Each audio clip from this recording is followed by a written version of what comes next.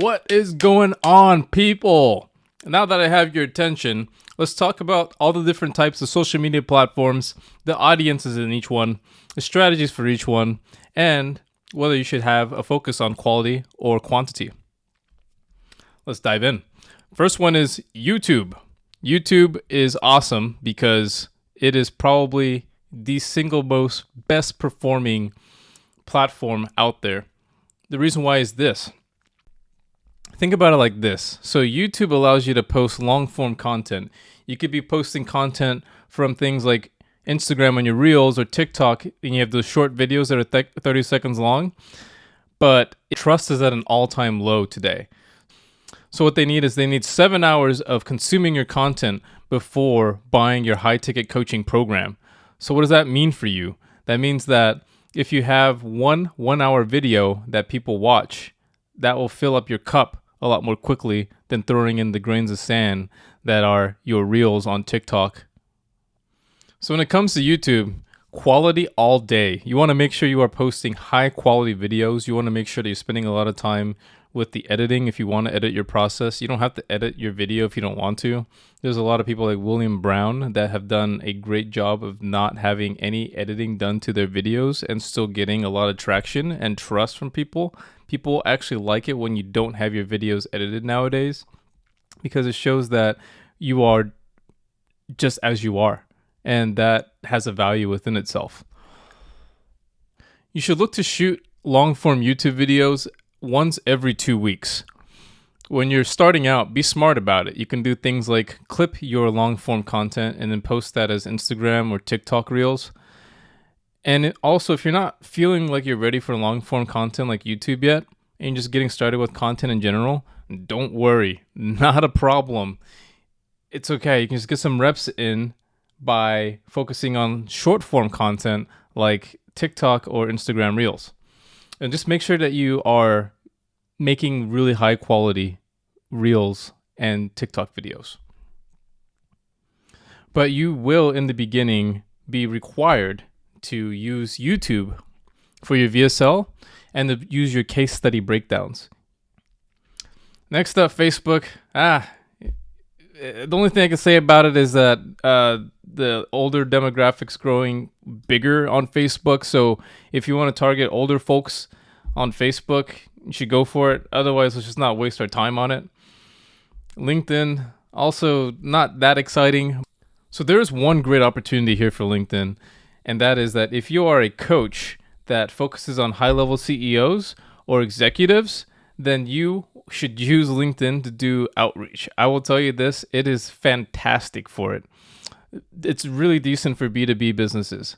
And that's about all I can say about LinkedIn. I've tried running ads on it and everything. It's not that great. Instagram is probably the second best performing platform out there. With Instagram, you want to focus on quality content. You want to make sure the content is visually pleasing, and you also want to make sure that the content is entertaining. You should post a story every day. Let people into your business. Look at it as a journal. You should journal everything that you do in your business every day. Just let people into your business. Let them understand what it is that you do, what it is that you do for your clients, and people will build trust over time with you as you post your stories. Some of the things you can consider to do with your stories are post about how many clients you landed this week, how many sales calls you had, what did you help your clients do that day, and what results are your clients getting. These sort of things help people build trust, and they start to get an insight into your business. Post a reel every other day. Shoot the content for the first day and edit it for the second day. If you have an awesome editor, you can post every day, but once every day works out. One thing to note about entertaining content, if you pump out entertaining content frequently, you will drive a lot of traffic, but the thing is that traffic will be of lower intent. They're not going to be sophisticated buyers generally. You will attract a lot of people, but the question is all these people that are coming in, how invested are they into your program, right? So focusing on entertainment is really good in the beginning when you're starting out. If you have under 1,000 followers, this would be a great strategy to really grow your following a lot more quickly in the beginning. And on top of that, you should post a lot more frequently than what I suggest here if you have a small amount of followers. It's not that followers actually matter that much, but you should look at your followers as the people that are actually invested in your program or that are interested in what it is that you have to do. TikTok is really good when you're starting out. TikTok quantity all day. I would say quantity over quality. I'm not saying that quality doesn't matter. Quality does matter with TikTok, but the thing is, it is not something that you need to focus on. TikTok's a great way to get discovered. You could post content every day and you could get one of your pieces of content to just blow up out of nowhere. Because if you just had the right string of people take a look at it, you could all of a sudden have millions of people viewing your content. And that would attract a lot of people and allow you to really get discovered. The only thing to keep in mind, though, about TikTok is that there aren't a lot of sophisticated buyers on TikTok. You're not going to find a lot of people who have high intent to buy your high ticket coaching program for thousands and thousands of dollars on TikTok. But we have seen that TikTok is really good for low ticket to high ticket. So if you have any low ticket items that you're selling, anything that you could buy on Amazon, basically, that would be great. Or if you had like a $27 offer into your high ticket program, that would also do very well on TikTok as well. Lastly, we have X.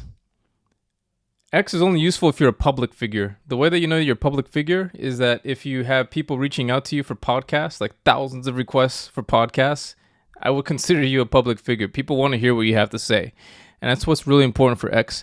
If you have a large following of people who want to hear what you have to say, then you should be posting on X because it will allow you to expand your reach. And the power of X is that you post literally 140 characters and then people will listen to it. So there's just so much power in that.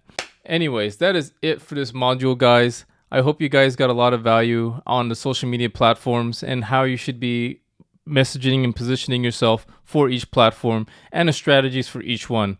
It differs based off of the market that you're in, who you're trying to target.